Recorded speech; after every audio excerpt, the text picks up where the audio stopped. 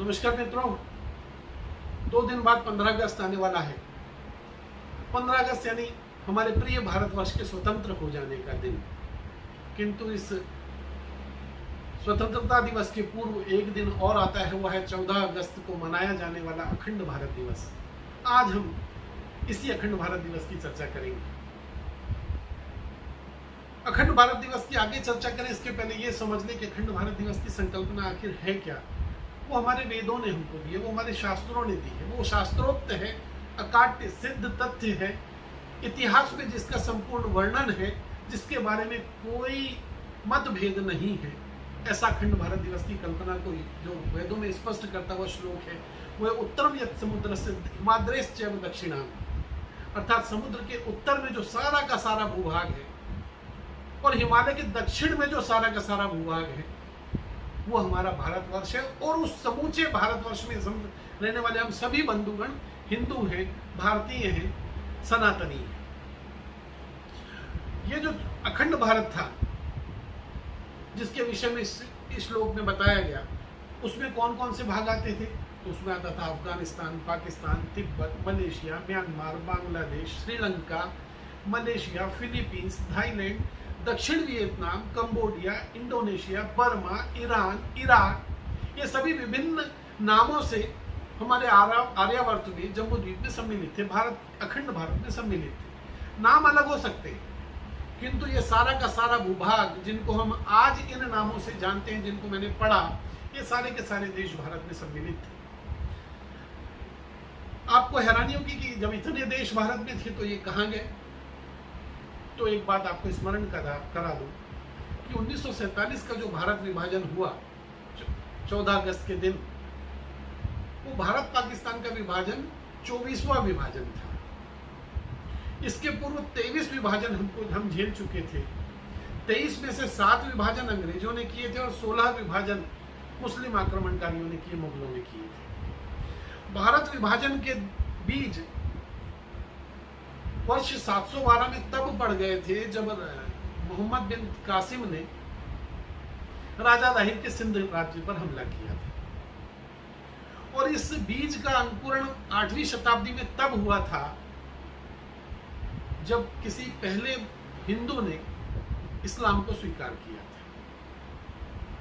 इसको मैं इस रूप में भी कहना चाहूंगा कि ये सारे के सारे 24 विभाजन केवल जनसांख्यिकीय असंतुलन के कारण जन्म ले पाए थे। यदि जनसांख्यिकीय असंतुलन नहीं होता तो भारत का विभाजन नहीं होता। भारत अब भी आर्यावर्त, जम्बूद्वीप, अखंड भारत के रूप में हमारे सामने रहता और हम यहाँ के निवासी रहते।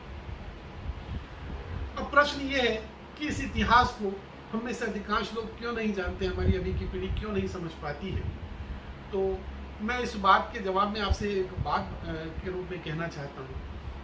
इंग्लैंड के प्रधानमंत्री हुए विंस्टन चर्चिल।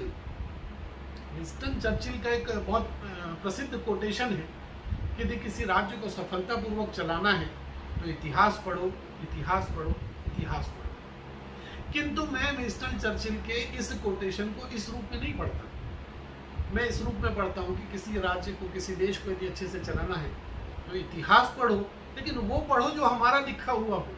यदि दूसरों का लिखा हुआ इतिहास हम पढ़ेंगे तो ठीक वैसी ही पीढ़ी जन्म लेगी जैसी आज की हमारी स्थिति है कि हम अपने 23 विभाजनों को लगभग विस्मृत कर चुके। विस्मृत नहीं कर चुके तो हम उसके विषय में बेचिंत हो चुके, उसके विषय में हम उपेक्षापूर्ण रवैये से ग्रस्त हो चुके। हमारी विस्मृति में नहीं आया ये एक और बात हो सकती है, किंतु हम मानसिक रूप से उस पूरी की पूरी अवस्था से बाहर आ गए जो आर्यवर्त की थी, जो जम्बूद्वीप की थी। प्रश्न ये है कि हम 23 विभाजनों की चर्चा करें या केवल आज 24वें विभाजन भारत पाकिस्तान की चर्चा करें। तो मुझे लगता है कि समय की दृष्टि से ये बहुत संक्षिप्त वीडियो मुझे बनाना है, तो केवल भारत पाकिस्तान विभाजन की मैं चर्चा आपसे करूंगा। बाकी के 23 विभाजन को आप पढ़िए जरूर, कहीं ना कहीं मिलेगा और बड़ा आपको दुखद इतिहास भारत का पढ़ने को मिलेगा। तो भारत विभाजन जो 1947 में हुआ, उसके बीज कहाँ से पड़े थे, उसका बीजारोपण, अंकुरण कहाँ से हुआ था, वो भी मैं आपको बता देता हूँ कि 1926 में आर्य समाज के पूज्य संत हुआ करते थे भारत में, स्वामी श्रद्धानंद जी। स्वामी श्रद्धानंद जी भारत में धर्मांतरण को लेकर बहुत बड़ा अभियान चलाए हुए थे। उनकी हत्या कर दी गई अब्दुल रशीद नाम के एक पठान की। अब्दुल रशीद पठान ने जब स्वामी श्रद्धानंद की हत्या की तो अंग्रेजी कोर्ट ने स्पष्ट तौर पर पूरे तथ्यों की जांच की, मामला कोर्ट में चला। ब्रिटिश कोर्ट ने श्रद्धानंद जी की हत्या के आरोप में अब्दुल रशीद पठान को सजा दी गई, किंतु इस सजा के जवाब में तब गांधी जी ने ये कहा था कि इस हत्या के लिए भाई अब्दुल रशीद दोषी नहीं है, दोषी वो लोग हैं जो इस भारत में भेदभाव को फैला रहे हैं, जो यहाँ का सौहार्द खत्म कर रहे हैं। मेरा मानना है कि यदि भारत पाकिस्तान की विभाजन के बीच यदि कहीं पड़े थे तो इस तुष्टीकरण की नीति के कारण पड़े थे, और इस तुष्टीकरण की नीति को गांधी जी ने उस दिन अंकुरित करा दिया था। इसका एक तथ्य ये भी है कि अब्दुल रशीद पठान जो स्वामी श्रद्धानंद जी का हत्यारा था, उसका केस किसने लड़ा? उसका केस लड़ा था तब के प्रसिद्ध कांग्रेसी नेता आसफ अली ने। आसफ अली ने किसके कहने पे लड़ा? गांधी जी के कहने पर। गांधी जी तब से लेकर के भारत विभाजन तक लगातार तुष्टीकरण की नीतियों से ग्रस्त रहे, और भारत विभाजन कुछ और नहीं गांधी जी की उन नीतियों की देन थी। जिन्ना तो केवल इसमें एक तत्व मात्र था जो परिस्थितियों को भाप करके इसमें कूद पड़े थे। जिन्ना का दोष में कम नहीं आक्रामित हो, जिन्ना इसमें बराबर के दोषी हैं, जिन्ना इसमें गांधी जी से अलग दोषी हो सकते हैं, किंतु मेरा मानना है जिन्ना पराये व्यक्ति थे, गांधी जी हमारे अपने व्यक्ति थे, इसलिए हमें गांधी जी का जो विभाजन का दोष था वो ज़्यादा बुरा लगता है, वो ज़्यादा आक्षेपपूर्ण लगता है। 12 जून 1947 की बात है मित्रों, कांग्रेस में एक बैठक हो रही थी, कांग्रेस की एक बैठक हो रही थी। बैठक में पुरुषोत्तम दास टंडन, गोविंद वल्लभ जी पंत, चैतराम जी गिडवानी, सुभाष चंद्र बोस, ये सभी भारत पाकिस्तान के बंटवारे के नितांत विरोध में थे। गांधी जी ने सबको अनसुना किया। वल्लभ भाई भी उस बैठक में थे। गांधी जी ने सबको अनसुना किया, और सारे के सारे उसमें जो वक्ता थे जिन्होंने भारत विभाजन के विरोध में भाषण दिए थे, उनके विरोध में भाषण देते हुए अपने 45 मिनट के भाषण में कहा कि अगर कांग्रेस ने बंटवारे को स्वीकार नहीं किया तो कुछ लोग कांग्रेस को महत्वहीन बना देंगे, अर्थात केवल कांग्रेस का महत्व बनाए रखने के लिए भारत विभाजन को स्वीकार किया गया। गांधी जी ने भाषण में जो कहा कि कुछ लोग कौन थे? वो कुछ लोग थे उस कांग्रेस की बैठक में पीछे कोने में बैठे हुए सुभाष चंद्र बोस, जो उस समय कांग्रेस के पूरे देश के सबसे प्रिय और सुयोग्य नेता थे। वो अखंड भारत की संकल्पना के, भारत विभाजन के घनघोर विरोधी थे। उनका स्पष्ट मानना था कि भारत के विभाजन की कीमत पर हमें स्वतंत्रता नहीं चाहिए, किंतु गांधी जी थे कि ना वे केवल एक मुस्लिम राष्ट्र का निर्माण कराना चाहते थे, भारत पाकिस्तान का विभाजन करना चाहते थे, बल्कि उसके आगे भी बढ़ करके वो बहुत कुछ करना चाहते थे जो उन्होंने आगे किया, और मैं आपको बताऊंगा। प्रश्न है कि भारत विभाजन की जब कल्पना आई और गांधी जी ने उसको स्वीकार किया, उसके पूर्व की स्थितियाँ क्या थी? उसके पूर्व की स्थिति ये थी मित्रों कि जिन्ना जो थे, जिन्ना मुस्लिम समाज के मस्तिष्क में, उनके दिलो दिमाग में इस बात को बैठा चुके थे कि भारत का विभाजन हो करके रहेगा और हम एक पृथक मुस्लिम राष्ट्र बना कर रहेंगे। एक तरफ जिन्ना ने ये स्थिति मुस्लिम समाज के मन में निर्मित कर दी थी, दूसरी ओर गांधी जी का कहना है, गांधी जी जो उस समय भारत के सर्वप्रिय नेता थे, सर्वमान्य नेता थे, और गांधी जी का कहा भारत में अकाट्य तथ्य होता था। गांधी जी ने कहा था कि भारत का विभाजन नहीं होगा, और यदि भारत विभाजन हुआ तो मेरी लाश पर होगा। स्वाभाविक था कि भारत का हिंदू समाज गांधी जी की उस बात पर स्वीकार करके अपनी संपत्तियों के प्रति, रिश्तेदारी के प्रति, अपनी पूंजी के प्रति, व्यापार के प्रति लापरवाह था, और उसको लग रहा था कि भारत विभाजन तो हो ही नहीं सकता। जब गांधी जी कह रहे हैं कि भारत विभाजन मेरी लाश पर होगा, तो भारत विभाजन नहीं होगा। ये भारत के हिंदू समुदाय की एक स्पष्ट मान्यता थी। उधर मुस्लिम समाज की यह मान्यता थी कि यदि जिन्ना कह रहे हैं हम मुस्लिम राष्ट्र लेके रहेंगे, तो वो मानसिक रूप से विभाजन के लिए तैयार थे। उन्होंने अपनी संपत्तियों की जमावट, उन्होंने अपनी रिश्तेदारी की जमावट, उन्होंने अपने व्यापार की जमावट, सोने चांदी जेवरात, खेती खलिहान, सब कुछ जमावट इस प्रकार की थी कि हमको भारत छोड़ करके जाना पड़ सकता है, हमको पाकिस्तान के हिस्से में चले जाना है। अर्थात उनकी संपत्तियां उनकी मुट्ठी में थी, जेवरात और सोने चांदी के रूप में। उधर हिंदू समाज की संपत्तियां जमीन में फैली हुई थी, व्यापार में उधारी के रूप में और खेत खलिहान के रूप में, मकानों के रूप में, महलों के रूप में। जब भारत का विभाजन हुआ तो भारत का हिंदू समुदाय ठगा का ठगा रह गया। भारत विभाजन मेरी लाश पर होगा, इस बात पर विश्वास करना उसको महंगा पड़ा। अपनी संपत्तियों की जमावट नहीं करने से उसको सबसे ज्यादा नुकसान हुआ। उनको संपत्तियों को छोड़ करके पाकिस्तान छोड़ करके भारत आना पड़ा। न केवल भारत आना पड़ा, संपत्तियों को छोड़ना पड़ा, बल्कि अपने सगे रिश्तेदारों नातेदारों को छोड़ करके भी आना पड़ा। वहां पे स्पष्ट प्रकार का वातावरण चला।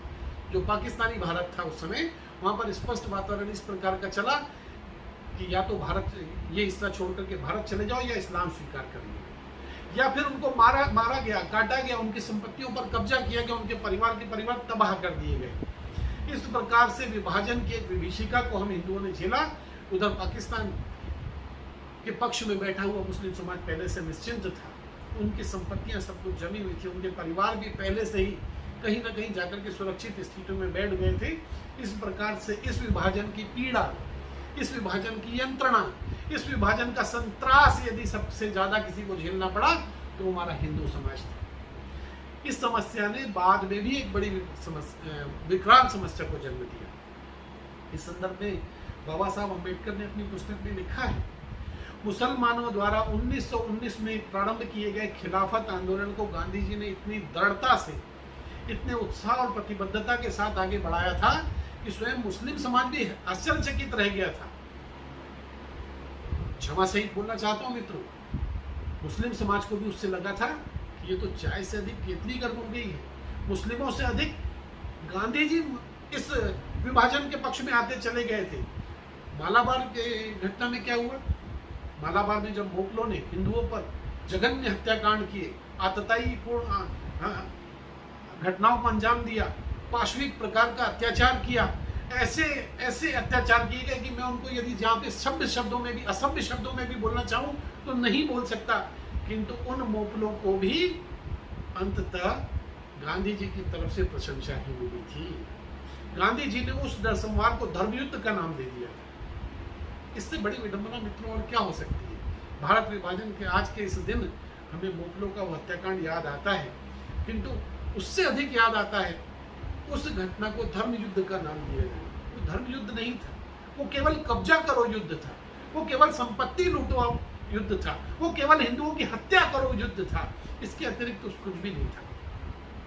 विभाजन के विषय में बहुत सारी घटनाएं हैं मित्रों, किंतु मैं इस वीडियो को अब समेटना चाहता हूँ, इसको समापन की ओर ले जाना चाहता हूँ। तो मैं केवल गांधी जी के अंतिम 13 दिनों से, अंतिम दिनों जो 13 से 18 जनवरी तक के थे, उसके संदर्भ में बातचीत आपके सामने रखना चाहता हूँ कि जो 5 दिनों का उपवास गांधी जी ने भारत विभाजन में के बाद मुस्लिमों पर हो रहे कथित अत्याचारों के विरोध में भारत में किया था, वो निश्चित तौर पर यदि गांधी जी ने वो अनशन नहीं किया होता तो भारत से सारे के सारे मुस्लिम पाकिस्तान चले गए होते और पाकिस्तान से सारे के सारे हिंदू भारत आ गए होते।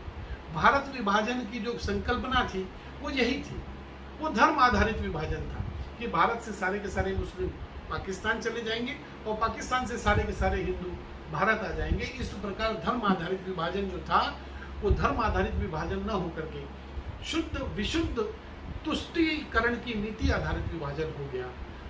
वो मुस्लिम समाज को संतुष्ट करने वाला विभाजन हो गया। इस प्रकार भारत एक और जनसांख्यिकी असंतुलन के चक्र में 1947 के बाद फंसता चला गया। आज फिर हमारे सामने में हिंदू मुस्लिम समाज के नाम पर इस देश में कई प्रकार की समस्याएं उपज रही हैं। मैं ये नहीं कहता हूँ कि आज हमें हमारे इस देश के नागरिक जो बड़ा समाज है मुस्लिम समाज, वो इस देश से बाहर चला जाए, किंतु निश्चित तौर पर इस समस्या की जड़ में क्या है, ये समस्या क्यों उपजी और विभाजन ने इसको किस प्रकार से जन्म दिया, यदि हम इनका अध्ययन करेंगे। विंस्टन चर्चिल के शब्दों में पुनः कहता हूँ कि हम इतिहास को पढ़ेंगे, किंतु यदि अपने इतिहास को लिखे हुए पढ़ेंगे तो कहीं न कहीं हम इन समस्याओं का समाधान खोज पाएंगे।